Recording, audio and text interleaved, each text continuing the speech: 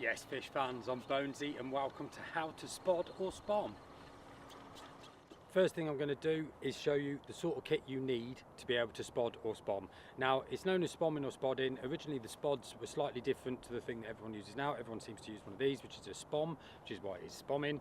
A spod used to have an open back, and one of the big problems with a spod was when you cast with it, a lot of your bait fell out the back, it left a big trail in front of you. But how they worked was you cast it out, you scooped up your spod mix, cast it out. When they hit the water, the nose was buoyant and it used to turn upside down, and then it'd all empty out.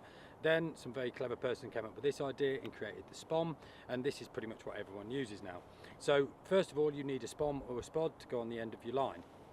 The next thing I've got is a 50-pound shock leader, and the reason I've got this is because these, when they're full of bait, weigh about 6 ounces for a medium one. When you have the big one, I think they're about 9 ounces, so there's a lot of weight there. So you need this really robust shock leader so that when you cast, your line doesn't break.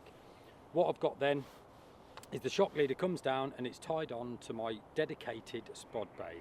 Now this is the Cygnet spod braid in 30 pound, and that is plenty for when you're casting it out, because obviously the braid isn't taking the force of the cast. That's what your shock leader's for. Next, I've got a dedicated spod or spomb rod. This is the Trakker propel rod. It's one of my favourite rods for spodding. This is the 12-foot version, and I'm happy spodding up to 150 yards with something like this. Then finish it off, I've got my spod reel. Now dedicated spod reels tend to have a quicker retrieve, so when you wind the handle it tends to put line back on the spool a lot quicker than a standard fishing reel, which means when you're spodding and you cast out and you put your bait where you need it, when you reel back in it just brings the spod back quicker, so you're not spending more time reeling but rather more time actually spodding. So that is a very basic spod spomb setup: rod, reel, braid, shock leader and a spomb. So there's your basic spod setup. Now when it comes to the leader and tying on the leader, check out our other video which covers how to tie leaders to fishing rods and to spod rods. But for now I'm going to show you how to load a spomb. So a spomb's very simple. What it has is a small button on the front, and the idea is when it impacts the water it opens up the spomb and it releases the bait onto the deck. What you must do with the spomb is always fillet the side that has the button on, and all you're going to do, you're going to take hold, going to get my little scoop and some of my bait, just pop it into the spomb. Ensure when loading the spomb that you don't get any bait in between the fins at the back, because what that'll do is it'll make the spomb open when you cast.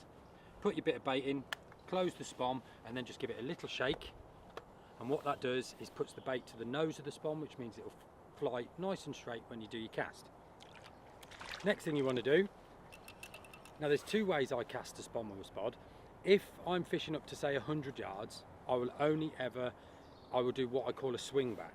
So if I'm fishing 100 yards or below, then I'll take the spomb to about the 5th eye, take the line onto my finger, open up the bail arm, and then I'm going to swing it back. So I swing the spod forward, I let it come back, and then cast, wait for it to hit the clip, and then let it hit the water. Simple as that. Now another thing that is very important when you're spodding is one of these, and that's a finger stall. Now the reason for this is spombs and spods are so heavy that if you put a lot of power into it, then the braided line will cut through your finger. And I've done it before, and trust me when I say it is super painful.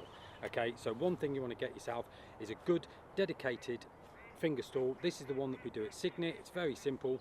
Velcros round your wrist and protects your finger when putting the power through the rod to stop the braid or the mono cutting your finger. Now if I'm going much further, then I do a slightly different cast, and I do a cast from behind.